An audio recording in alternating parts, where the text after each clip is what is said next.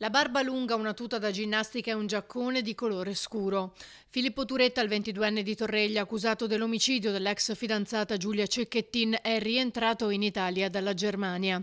L'aereo dell'aeronautica militare, il Falcon 900, è atterrato all'aeroporto Marco Polo alle 11:20, proprio nella giornata contro la violenza sulle donne, a 2 settimane dall'omicidio di Giulia. Per la durata del viaggio Turetta, che sarebbe sempre stato in silenzio, è stato sorvegliato dagli agenti del servizio di cooperazione internazionale di polizia e una volta sceso, preso in consegna dagli agenti di polizia penitenziaria e dai carabinieri del comando provinciale di Venezia che stanno seguendo le indagini.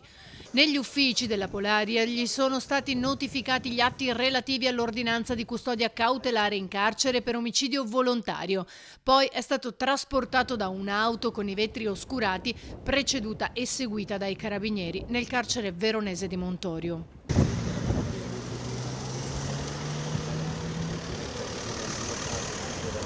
L'area di accesso al carcere è stata transennata dalla polizia penitenziaria poco prima del suo arrivo, intorno alle 14:30, dove una volta all'interno si è incontrato col suo legale, l'avvocato Caruso, che lo attendeva.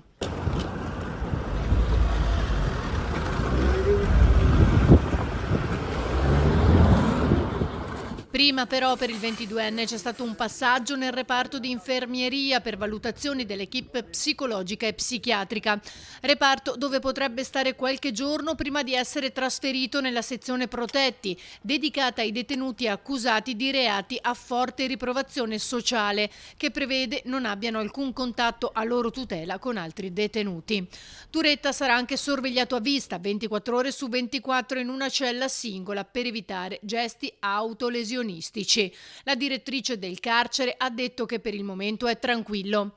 All'inizio della prossima settimana Filippo Turetta sarà interrogato dal GIP.